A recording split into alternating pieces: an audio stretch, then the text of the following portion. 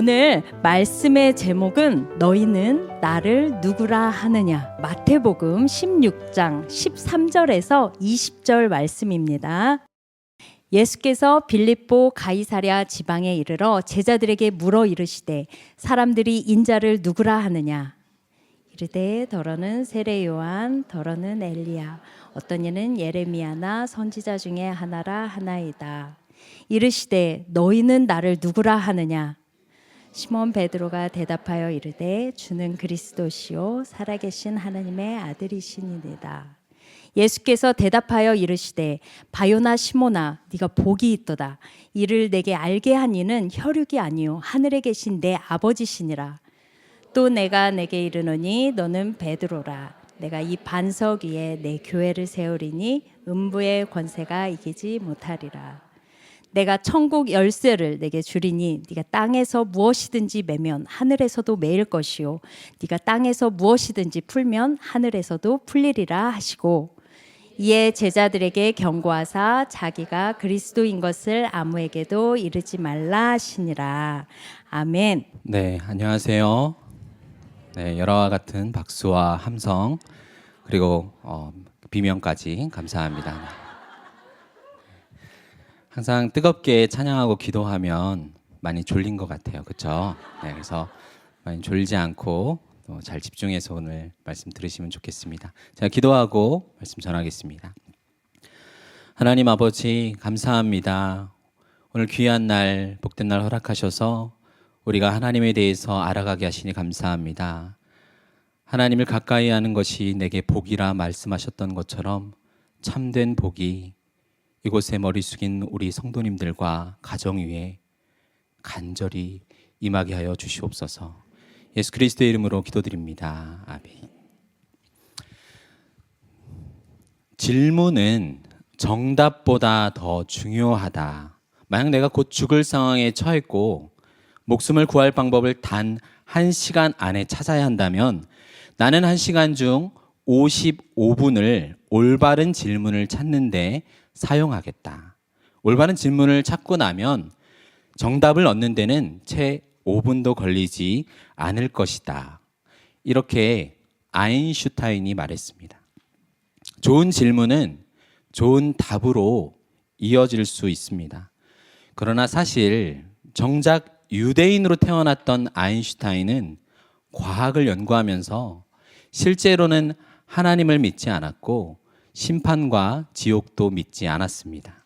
이것을 보면 우리가 좋은 질문을 던진다고 해서 진리를 꼭 알게 되는 것은 아닙니다.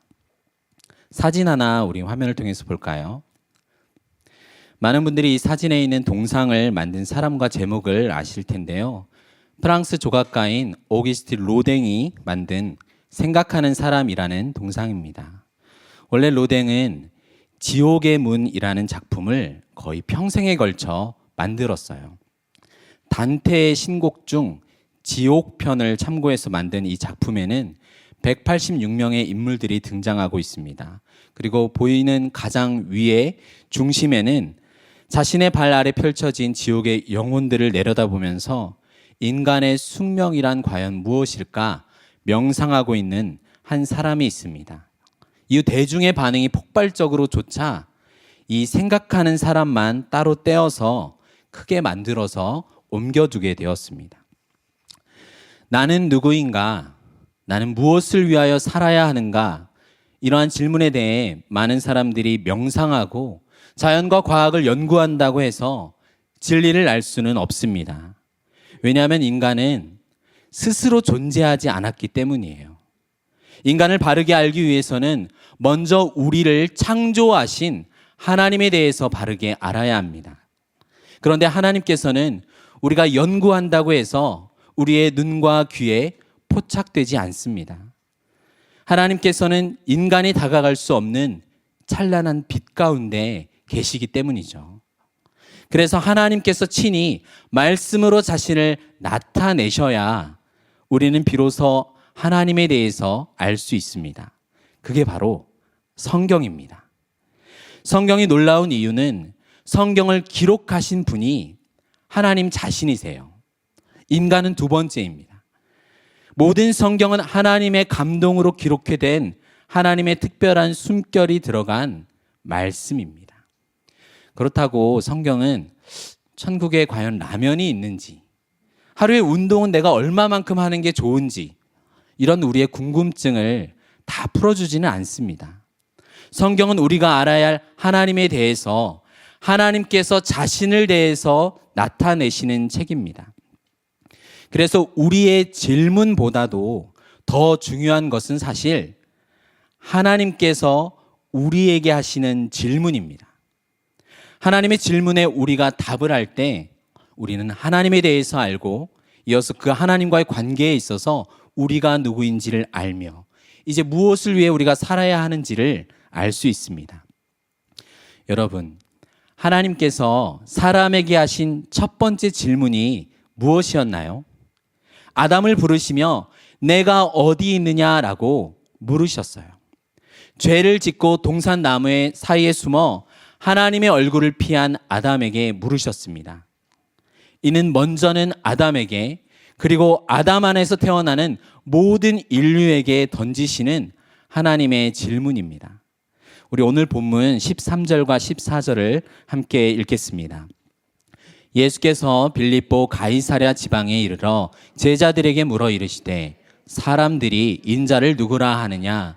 이르되 더러는 세례 요한, 더러는 엘리야, 어떤 이는 예레미야나 선지자 중에 하나라 하나이다. 그리고 오늘 본문에서 하나님이신 예수님께서 물으셨습니다. 사람들이 인자를 누구라 하느냐? 이 예수님의 질문에 대해 사람들이 이제 예수님을 생각할 때 더러는 세례 요한, 더러는 엘리야, 어떤 이는 예레미야나 선지자 중에 하나라 생각한다고 제자들이 답변했습니다. 헤롯 왕으로 우리에게 잘 알려진 헤롯 안티파스는 예수님께서 죽음에서 부활한 세례 요한이라고 생각했다고 마태복음 14장에 나옵니다. 이러한 소문은 세례 요한과 예수님이 함께 있었던 것을 본 적이 없었던 사람들 가운데 널리 퍼져 있던 소문이었어요. 누군가는 예수님을 엘리야라고 생각했습니다. 구약 성경 말라기에서 여호와의 크고 두려운 날이 이르기 전에 엘리야가 와서 아버지의 마음을 자녀에게 돌이키고 자녀들의 마음을 아버지에게 돌이키는 역사가 있으리라, 이렇게 예언되어 있습니다. 사실 이 예언은 엘리야가 메시아의 오실 길을 예비한 세례 요한에 대한 예언이었어요. 그런데 일부 사람들은 예수님께서 회개하고 복음을 믿으라 이렇게 선포하셨던 예수님을 그 엘리야로 생각했던 것이죠. 영적인 분별력이 없었던 이스라엘은 예수님이 어떤 분이신지 사실 잘 알지 못했습니다. 더러는 고향에서 배척받고 예루살렘의 멸망에 대해서 예언했던 선지자 예레미야로 여기기도 했습니다. 또 하나 선지자 중에 하나라고 이해했던 것이죠. 오늘날은 어떤가요? 교회 밖의 사람들에게 예수님은 과연 어떤 분이십니까? 예수님의 생일을 기념하는 크리스마스가 되면 예수님이 누구인지 관심을 갖기보다는 사람들끼리 신나서 선물을 주고받는 문화로 변질된 지 오래되었습니다. 때론 진리를 찾는 구도자 중 하나로 존경을 받기도 하죠. 경영을 하는 분에게는 리더십으로서 인정받기도 합니다. 만약 주님을 믿고 따른다는 사람이 그 사람의 이유까지도 어떤 이유인지 모르지만 각양각색의 이유가 다만 이 세상의 삶에서 자신의 필요를 채워주는 것 정도라면 그 자는 더욱 불쌍한 사람에 지나지 않습니다. 자신이 실제 어떤 처지에 놓여 있었고 예수님을 통해 어떤 일이, 무슨 일이 일어나는지를 알지 못하는 사람이기 때문이죠. 마음이 깨끗한 자가 하나님을 볼 것이다 라고 성경이 말하는데 이 부패하고 타락한 죄인의 마음으로는 예수님 안에 있는 하나님의 신성을 볼 수가 없었습니다. 오직 하나님께서 친히 자신을 알려주셔야만 가능했습니다. 우리 본문 15절과 16절을 함께 읽어볼까요? 이르시되 너희는 나를 누구라 하느냐? 시몬 베드로가 대답하여 이르되 주는 그리스도시요 살아계신 하나님의 아들이시니이다. 아멘. 예수님께서는 이제 그러면 너희는 나를 누구라 하느냐 이렇게 제자들에게 물으셨어요. 아마도 예수님의 질문을 받자마자 제자들의 눈과 생각이 바쁘게 막 움직였겠죠. 막 움직이면서 사랑받는 제자 요한, 네가 대답해. 이럴 때만 막내시켜. 형이 해. 안 되겠다. 너 계산빠는 가룟 유다, 네가 해. 속으로는 유다는 나 사실 예수님 안 믿는데. 그래도 이럴 때 수제자인 베드로가 해야지 않을까? 그렇다 이렇게 얘기했을 거 아니에요? 이제 베드로가 나와서 대답합니다. 주는 그리스도시요 살아계신 하나님의 아들이시니이다. 사실 베드로의 대답은 그동안 제자들이 예수님을 따르면서 계속 서로 논의해 가며 마침내 결론에 이른 제자들의 종합된 의견이었을 것입니다. 예수님께서는 이 베드로의 답변을 정말 만족해 하셨어요. 17절을 같이 읽어보도록 하겠습니다. 예수께서 대답하여 이르시되 바요나 시몬아 내가 복이 있도다. 이를 내게 알게 한 이는 혈육이 아니요 하늘에 계신 내 아버지시니라. 아멘. 굉장한 답변이 지금 베드로의 입에서 나오자 예수님께서는 바요나 시몬아 내가 복이 있도다 라고 하셨어요. 그리고는 이를 내게 알게 하신 이는 사람이 아니라 하늘에 계신 내 아버지시니라고 하셨습니다. 이거 네게서 나온 거 아니야 라는 거죠. 베드로가 조금 전에 예수님을 향해서는 하나님의 아들이십니다 라고 고백했어요. 그런데 예수님께서는 지금 베드로에게 너는 바요나 요나의 아들 사람이다 라고 했습니다. 예수님은 하나님의 아들이고 베드로는 너는 혈과 육에 속한 사람이라는 것입니다. 요한복음 1장에 보면 예수님께서 베드로를 처음 만나셨을 때 내가 요한의 아들 시몬이라 말씀하셨습니다. 그러면 요나의 아들이 아니라 요한의 아들이잖아요. 그래서 바요나는 바요하나의 줄임말이라고 많은 학자들은 해석합니다. 그런데 저는 요한이 아닌 요나의 아들이라고 말씀하셨다고 해도 괜찮을 것 같습니다. 왜냐하면 오늘 본문이 위치한 마태복음 16장 서두에 표적을 구하는 바리새인과 사두개인들에게 예수님께서는 요나의 표적 밖에는 내가 보여줄 표적이 없다라고 하면서 요나의 이름을 이미 한 번 언급하셨습니다. 여러분, 요나는 어떤 선지자였죠? 심판에 처한 이방 니느웨에 하나님의 뜻을 증거할 사명을 거부하다가 바다에 빠져서 물고기 뱃속에서 사흘을 보내며 회개했고 우여곡절 끝에 니느웨에 가서 복음을 단 하루 전한 연약한 선지자입니다. 수많은 사람들이 회개하고 구원받는 이 위대한 사명보다는 자기 목숨을 위해서 하룻밤에 났다가 하룻밤에 말라버린 박넝쿨이 사라졌을 때 하나님께 대들었다가 책망받는 사람이었어요. 베드로의 사명은 무엇이죠? 심판에 놓인 예루살렘과 이방에 하나님의 뜻을 전할 사도입니다. 이 베드로 역시 호기롭게 예수님 따라서 바다 위를 걷다가 바람을 보고 무서워서 인해 바다에 빠졌던 연약한 사람입니다. 예수님께서 베드로의 손을 붙잡으면서 말씀하셨어요. 믿음이 작은 자여, 왜 의심하였느냐? 베드로는 방금 주는 그리스도시요 살아계신 하나님의 아들이시니다 라고 놀라운 고백을 했지만 조금 이제 잠시 후에만 가도 예수님의 십자가에 대한 이야기를 듣자마자 예수님 붙들고 예수님께 반대합니다. 그리 마옵소서 이 일이 결코 주께 미치지 아니하리이다. 그러자 예수님 뭐라고 하셨죠? 사탄아 내 뒤로 물러가라 하면서 졸지에 베드로는 사탄 취급을 받았습니다. 결국 요나의 아들인 너는 누구냐? 연약하기 짝이 없고 하나님의 깊은 구원의 섭리를 이해할 수 없었던 죄인이라는 것이에요. 시몬이라는 이름도 마치 우리나라에서 영철이, 민수 이런 이름처럼, 물론 이 자리에 그런 이름을 둔 남편을 두신 분이 있다면 죄송합니다. 이스라엘의 흔한 이름이에요. 이스라엘 12지파 중 하나인 시므온입니다. 시므온의 뜻이 무엇이죠? 들음입니다. 믿음은 들음에서 오는데 이 복음의 약속을 들어야 영혼이 구원받습니다. 즉 너는 듣지 않으면 살 수 없는 무기력한 존재라는 것이에요. 이러한 요나의 아들 시므온, 너는 혈과 육을 가져 죽음을 피할 수 없는 운명에 놓인 사람이라는 것입니다. 그러니 내가 너에게서 방금 고백한 주는 그리스도시요 살아계신 하나님의 아들이라는 말은 너에게서부터 나올 수 있는 말이 아니라는 거예요. 이를 내게 알게 하셨다는 이 말은 감추어진 덮개를 벗기셨다는, 즉 계시하셨다라는 말입니다. 누가 베드로에게 계시하셨을까요? 바로 하늘에 계신 아버지이십니다. 바로 하나님께서 알려주셨어요. 사람에게서 나온 것이 아니에요. 그런데 사람의 아들에 불과한 시몬 베드로에게 예수님을 그리스도시요 하나님의 아들로 알아보게 하시고 그와 함께하고 있는 영광을 허락하셨습니다. 얼마나 놀라운 일인가요?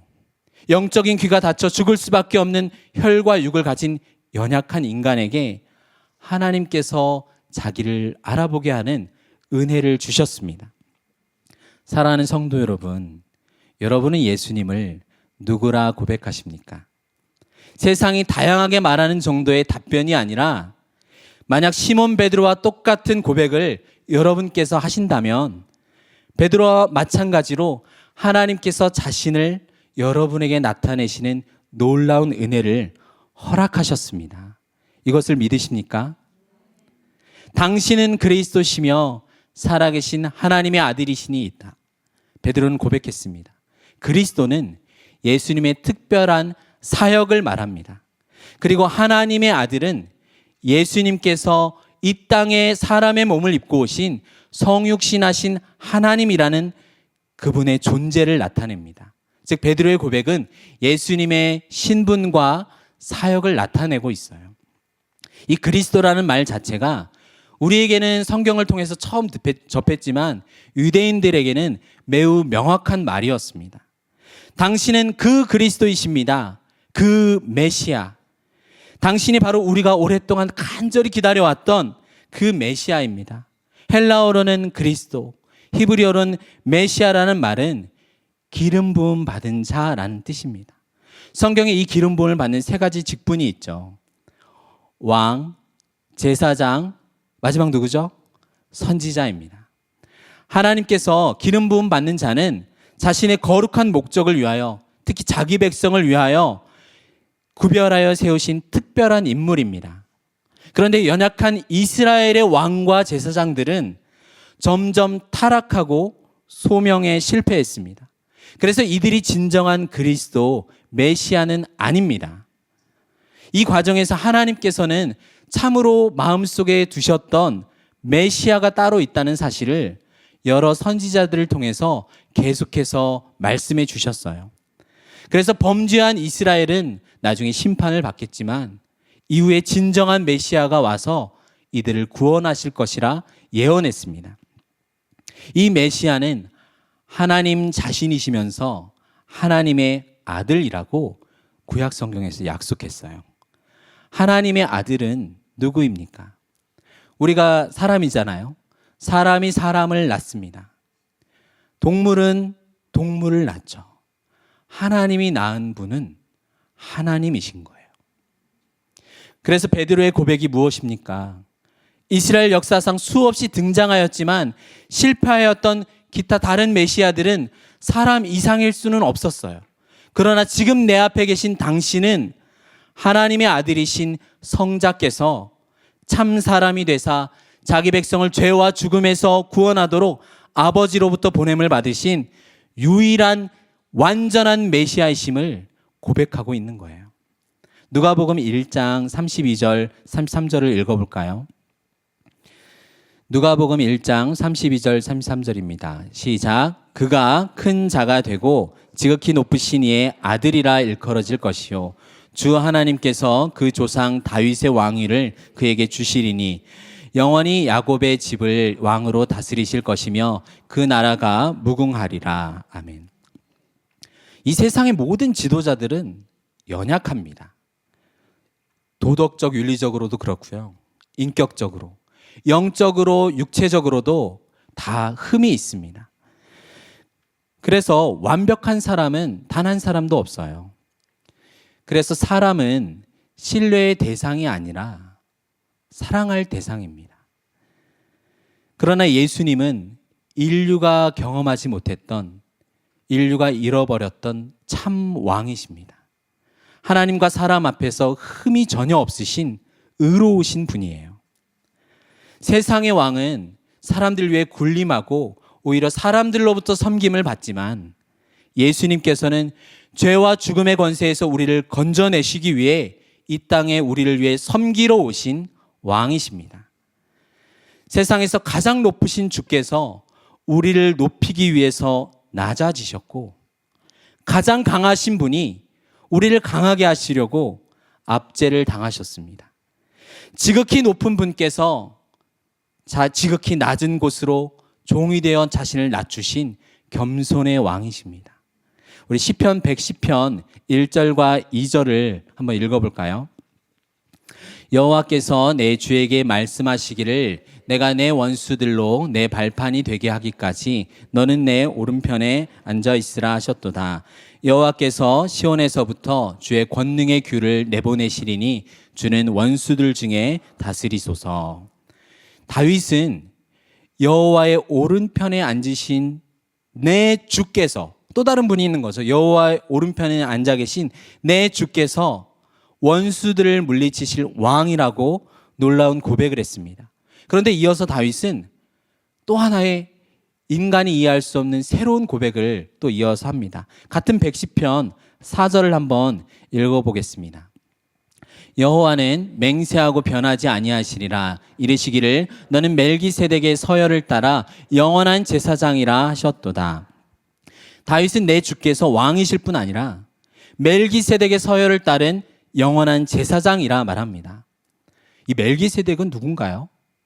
창세기에 등장합니다. 이 멜기세덱은 이스라엘 역사 속에서도 잘 알려지지 않은 매우 신비한 특별한 인물입니다. 살렘 왕인 그는 전쟁에서 이긴 아브라함을 향해서 마치 성찬을 보여주듯이 양손에 떡과 포도주를 가지고서 아브라함을 위해서 하늘의 복을 구한 자입니다. 보통 복은 큰 자가 작은 자에게 구하잖아요. 그렇게 줄 수 있는 거죠. 그렇다면 멜기세덱은 아브라함보다 높은 존재입니다. 그는 왕이면서 동시에 대제사장 직분을 수행한 아주 특별한 인물입니다. 그런데 이스라엘에게 있었던 일반적인 제사장들, 대제사장은 누구였죠? 이들은 모두 아브라함의 허리에서 난 레위 지파의 아론의 반열이었습니다.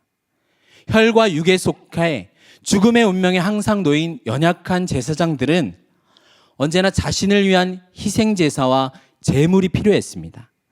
시대마다 세워진 대제사장은 혈과 육을 입고 있기 때문에 결국은 죽습니다. 그래서 그를 이어서 아들이 대제사장으로 이어서 세워질 수밖에 없었죠.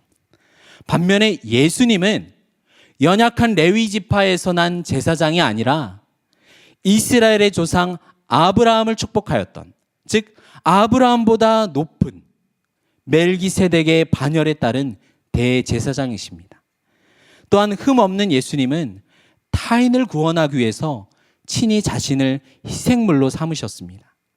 영원한 하나님의 아들이신 예수님은 영원한 대제사장이 되셔서 자신을 영원한 제물로 삼아 영원한 단번의 제사를 드리심으로 구원의 역사를 완성하셨습니다.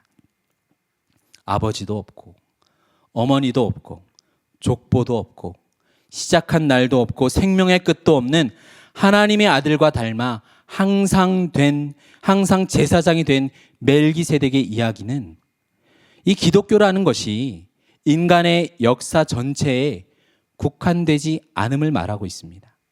이것만 보아도 기독교는 결코 유대인의 종교로 제한될 수 없습니다. 우리는 이스라엘을 축복한 멜기세덱의 반차로 오신 대제사장이신 그리스도를 믿습니다. 그래서 기독교는 이 이스라엘 민족의 한계를 초월하는 온 인류의 종교입니다. 보통 무슬림은 아브라함을 조상으로 삼고 유대인들도 그들의 조상은 아브라함이잖아요. 아브라함을 축복하신 멜기세덱, 그 멜기세덱의 반차로 오신 예수 그리스도. 이 기독교가 얼마나 위대한 유일한 종교인지 여러분은 아실 것입니다. 우리 신명기 18장 15절을 함께 읽어볼까요? 내 하나님 여호와께서 너희 가운데 내 형제 중에서 너를 위하여 나와 같은 선지자 하나를 일으키시리니 너희는 그의 말을 들을지니라. 구약의 모든 선지자들은 메시아가 자기 백성 가운데 오셔서 이루실 구원에 대해 그의 고난과 죽음과 부활에 대해 예언했습니다. 모세의 글과 모든 시편과 선지자들이 가리킨 분이 바로 예수님이셨어요. 아버지의 품속에 계신 아들께서 아버지 하나님을 온전히 우리에게 나타내 주시고 말씀에 전적으로 순종하신 참 선지자이십니다. 이런 놀라운 고백을 연약한 사람인 베드로가 했다면 당연히 하나님께로부터 알려진 계시입니다. 우리 18절부터 20절까지 오늘 본문을 읽어보겠습니다. 또 내가 내게 이르노니 너는 베드로라. 내가 이 반석 위에 내 교회를 세우리니 음부의 권세가 이기지 못하리라. 내가 천국 열쇠를 내게 주리니 내가 땅에서 무엇이든지 매면 하늘에서도 매일 것이요 내가 땅에서 무엇이든지 풀면 하늘에서도 풀리리라 하시고 이에 제자들에게 경고하사 자기가 그리스도인 것을 아무에게도 이르지 말라 하시니라. 예수님께서 이 바요나 시몬의 이름을 베드로라 바꿔주셨습니다. 마치 존귀한 아버지인 아브람을 모든 민족의 열국의 아버지인 아브라함으로 바꾸신 것처럼 발목 잡는 자 강도라는 야곱을 하나님 나라의 상속을 획득한 승리자라는 이스라엘로 바꾸어 주신 것과 같습니다. 반석이라는 뜻의 베드로는 이제 새 이름을 그 베드로라는 이름을 주셨습니다. 베드로라고 하는 새 이름이 주어지게 된 것은 그가 예수님을 온전한 메시아 하나님의 아들로 알고 있는 믿음 때문입니다. 그 믿음의 내용이 연약한 인간에 불과한 그를 견고하고 강한 반석 위에 세우는 것입니다. 이어서 예수님께서는 내가 이 반석 위에 내 교회를 세우겠다 말씀하셨어요.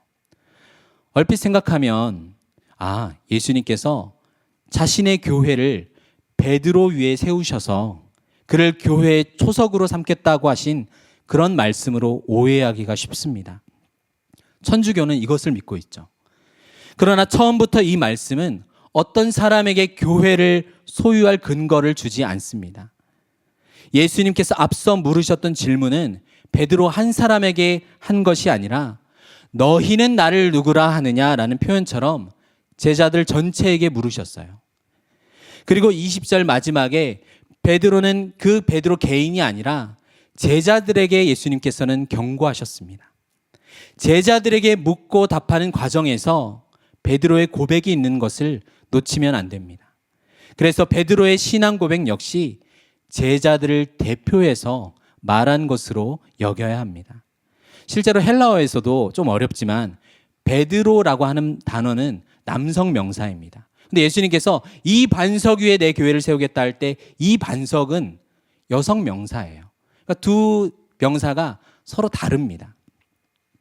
명사가 다르다는 말은 베드로가 아니라는 말이에요. 정말 베드로와 반석을 동일하게 예수님께서 생각하셨다면 내가 네 위에 교회를 세우겠다. 아니면 내가 베드로 위에 내 교회를 세우겠다라고 말씀했을 것입니다. 주님은 베드로의 이 신앙 고백 위에 자신의 교회를 세우겠다라고 말씀하신 것이에요. 이 반석은 먼저는 굳건한 신앙 고백을 말합니다. 예수님께서 그리스도시요 하나님의 아들이시니이다. 이것이 교회의 고백이고 복음입니다. 그런데 어떻게 베드로가 이런 신앙 고백을 할 수 있었죠? 하나님의 계시 때문입니다. 그래서 이 반석은 베드로의 신앙 고백과 하나님의 계시, 더 나아간다면 하나님이 이중삼중으로 반석되시는 것입니다. 그래서 우리는 교회에서 사람을 믿지 말고 예수님을 믿어야 합니다. 교회를 떠나는 경우는 보통 사람을 믿다가 실망해서 떠나는 경우가 많습니다. 예수님을 어느 누구와도 대체해서는 안 됩니다. 성경 속으로는 뭐 예전에 했고 CS 멘토링은 뭐 수차례 한 그 누구누구 순장님 믿어서는 안 됩니다. 말씀도 잘 알고 기도도 열심히 하는 것처럼 보이는 누구누구 목사님 믿어서는 안 됩니다. 사람은 신뢰의 대상이 아니라 사랑의 대상입니다. 사랑하시면 됩니다. 교회는 고백하는 공동체입니다. 전체 회중 앞에서 그리고 나아가서 세상 앞에서 예수님이 누구신지 나의 신앙을 고백하는 것입니다. 나는 예수님은 믿지만 교회에는 안 나가요. 교회 필요 없어요. 라고 말하는 무교회주의자들이나 교회는 안 나가요 하는 가난한 성도들은 하나님께서 교회에게 신앙을 고백하고 은혜의 방편으로 주신 세례와 성찬 못합니다. 그러면 바르게 예배드리는 거 아니에요. 또한 예수님은 성육하신 하나님 메시아입니다 라고 고백하는 순간 교회는 세상의 모든 세계관들, 거짓 우상들과 전투하게 됩니다. 스스로 하나님의 자리에 오르려는 무신자들과 싸우고 신은 여럿이라는 다신론과도 싸웁니다. 자연 자체가 신이라는 범신론과도 대적하고 모든 것은 우연히 이루어졌다는 우연론도 대적합니다. 오직 교회는 진리를 가지고 고백할 때 죄와 사망에 여전히 붙들려 있는 세상 속에서 하나님의 은혜로 회심하는 자들에게 하나님 나라의 문을 열어주는 권세가 있습니다. 여러분의 정체성은 무엇인가요? 진리를 고백하십시오. 가정과 직장과 모든 관계에서 예수 그리스도를 전하십시오. 우리의 입술과 우리의 삶으로 전해야 합니다. 왕과 제사장과 선지자이신 그리스도의 삼중직을 교회는 회복돼야 됩니다. 우리에게 맡겨진 이들을 다스리지만 세상 권력으로 찍어 눌러서 주장하는 게 아니라 본을 보이고 섬김의 모습을 보이는 종의 모습으로 우리는 그들을 다스려야 합니다. 만나는 모든 사람들이 예수 그리스도를 통해서 죄 사함을 받고 하나님께 나아갈 수 있도록 안내해야 합니다. 내 가정과 친구, 이 세상의 추악한 죄를 너네는 나빴다라고 하는 게 아니라 그들의 모든 죄를 나의 죄로 여기고 하나님 앞에 엎드려 통회하고 자복하는 자들이 교회입니다. 단순한 지식을 전하는 것으로 그치지 않고 나의 인격과 삶이 하나님의 모든 뜻에 순종함으로 하나님의 뜻을 전달하는 통로가 되어야 합니다. 우리가 예수님을 고백하고 이 사명을 다한다면 여러분의 인생, 여러분의 가정, 내 남편과 내 자녀 걱정하지 마십시오. 우리가 예수님을 고백한다면 주님께서 교회인 여러분을 내 교회, 나의 소유라 말씀하십니다. 사망을 삼키고 승리하신 예수님께서 여러분을 사랑하십니다. 사랑하는 성도 여러분, 하나님 아버지께서 여러분에게 주는 그리스도시요 살아계신 하나님의 아들이시라는 사실을 계시하셨습니다. 저와 여러분은 복이 있습니다. 기도하겠습니다. 하나님 아버지, 우리에게 복을 주셔서 주님을 그리스도시요 살아계신 하나님의 아들이라 고백하게 하시니 감사합니다. 이것은 우리의 명상과 연구와 과학과 지성과 노력으로 알아간 것이 아니라 들을 수 없었고 볼 수 없었던 인간에 불과한 죄인에게 하나님께서 친히 알려주신 성령의 역사임을 고백합니다. 하나님 아버지, 이 놀라운 역사가 우리 가정 가운데, 내가 사랑하는 사람들에게, 이 세상 가운데 부어지게 하여 주시옵소서. 감사함 예수님의 이름으로 기도드립니다. 아멘.